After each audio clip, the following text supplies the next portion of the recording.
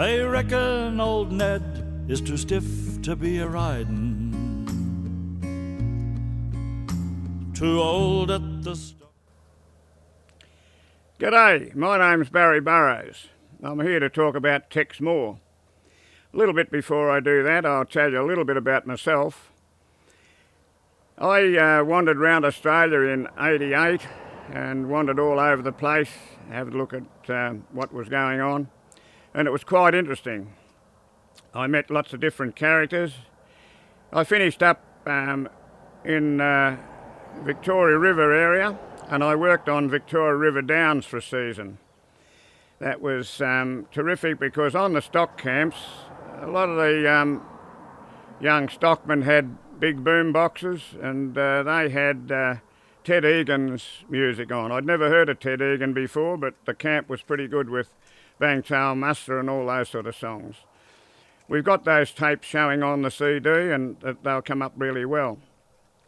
Anyway, I then wandered up to the Northern Territory a bit further, up around Pine Creek, had a look around there, to Darwin, did all the sites in Darwin, Kakadu, back out of Kakadu, back into Pine Creek. Pine Creek's a very central place if you're coming up this way to have a look.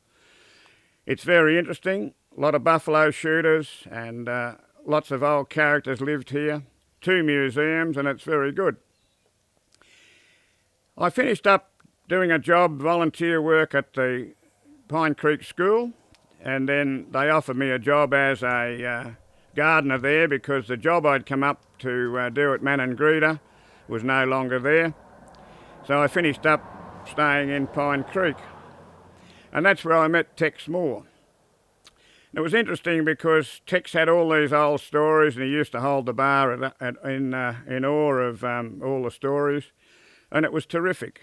So I got to know him reasonably well and finished up going out to his property just out of town here, and we'd have an ice cream or two while he was a bit bedridden at the time, and he'd start telling me all his stories. So I said to Tex at the time, how about we tape these? He said, oh boy, go ahead and do that. So we taped them, and that's what you'll hear on the tape. But Tex also showed me some photographs of him and his family and how he come to be in Pine Creek. And he finished up, he had a heap of photographs and interesting information. He was just a wealth of information. A big reader, he'd read a book in a day because he's pretty bedridden. But anyway, as we were taping, he mentioned to me that his father-in-law, which was Arch McLean Morrison, came from Cloncurry to Gendare and was running a station out there from a wheelchair. And I said, well, how do you do that? And he said, oh, he was an old digger from the First World War and he was shot in the back. And I said, oh, have you got his service record? He said, no. He said, that's all I do. He knows he was shot in the back, and that was it. Anyway, I got and searched the archives with a friend, and we found his service record. Now, Arch McLaren was 20. He joined the 5th Light Horse in Mackay, and his regimental number was 163, which is pretty low, considering it was pretty early in the war. On Gallipoli, I'm not sure whether he must have been there for a while because he was in hospital. Tex said he was shot in the back, but on his service record it showed that he had been hit in the back with shrapnel, which was understanding. On his papers, he wasn't expected to live, but he did. He fathered 4 kids, and he finished up, as I say, running this Gendare station.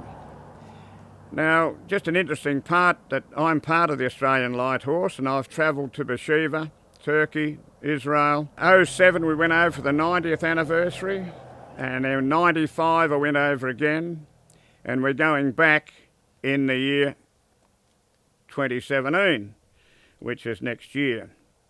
Going to be an interesting one because when we were there the first time, their rockets only went 40 kilometres. Now they reckon they go a lot further, so they reckon we were targeted last time, but it didn't happen. This time might be a little bit different. It's going to be interesting to see if we let to get to go, whether the government stops us or not. But it's the 100th of the Australian Anzacs, so I think we'll go. Anyway, that's for the future to come up with.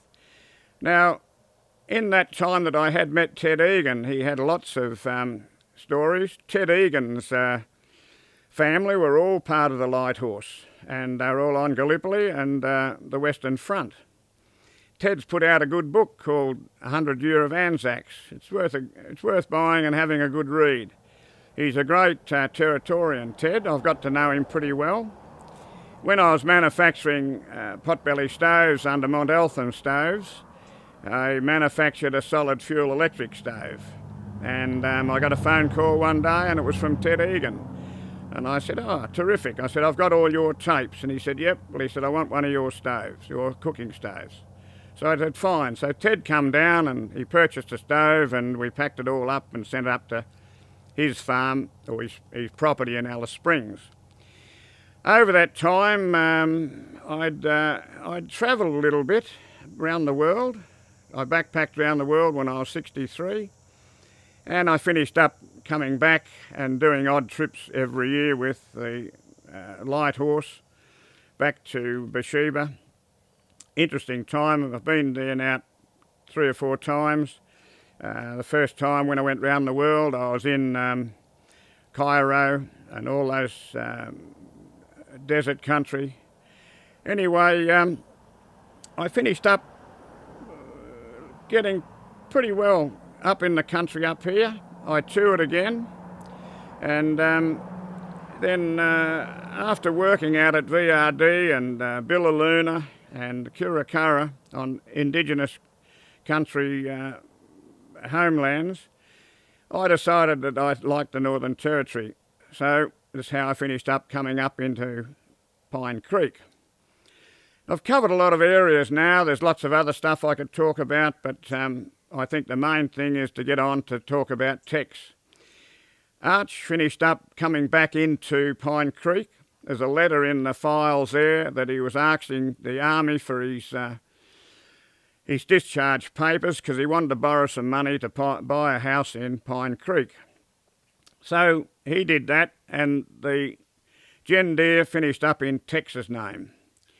So Tex had married one of the daughters, and he'd had a great rapport with the Indigenous community, had quite a lot of Aboriginals, as you'll hear in the CD.